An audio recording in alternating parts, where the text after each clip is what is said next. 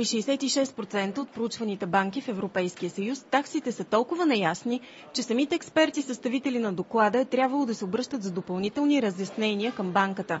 Те не можели да установят истинските разходи за обслужването на дадена банкова сметка, защото са изгубили в цифри и неясни формулировки. А какво остава за обикновения потребител? В България положението е същото.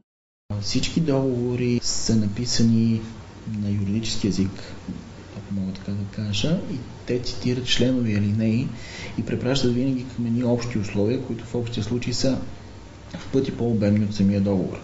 Наблюдава се и друга тенденция. Банките са изключително стриктни при събиране на такса за разглеждане на искане за кредит. Без значение дали такъв ще бъде отпуснат или не, таксата може да достигне до 400 лева, дори и повече. В много случаи клиентът остава с впечатлението, че решението е било взето предварително, но банката си е събрала таксата за разглеждане с ясно съзнание, че няма да го одобри. Броят на таксите е главоломен. Само една банка има каталог от 50 страници с близо 500 позиции с такси. Представете си да разполагате с информация за таксите на всичките 28 банки в страната и да тръгнете да ги сравнявате. Всъщност това ви е спестено. Има банки, които не си правят труда да предоставят такава информация, дори и онлайн, нещо, което не струва човешки ресурс.